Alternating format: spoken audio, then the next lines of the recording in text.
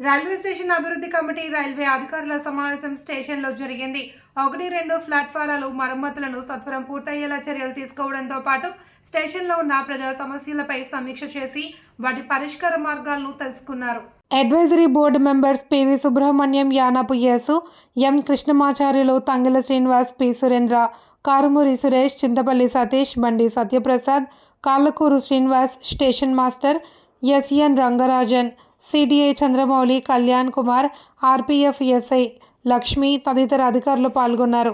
Sanitation సిబ్బంది పునర్నియమానికి సత్వరం స్పందించాలి అని అధికారులను కోరారు.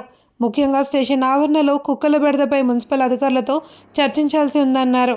దీనికి రైల్వే మున్సిపాలిటీ ఉమ్మడిగా స్పందించాలని, స్టేషన్ పరిధిలో ప్రయాణికుల సౌకర్యార్థం ప్రీపెయిడ్ బాత్రూంలను ఏర్పాటు చేయాలి అని అభ్యర్థించారు. పార్కింగ్ వాహనాలు ఎండకు వానకు గురై పాడైపోతున్నాయని, ఇందుకు సరైన రక్షణ ఏర్పాటు చేయాలి అని కోరారు. ఈ వినతులపై అధికారులు సానుకూలంగా స్పందించారు.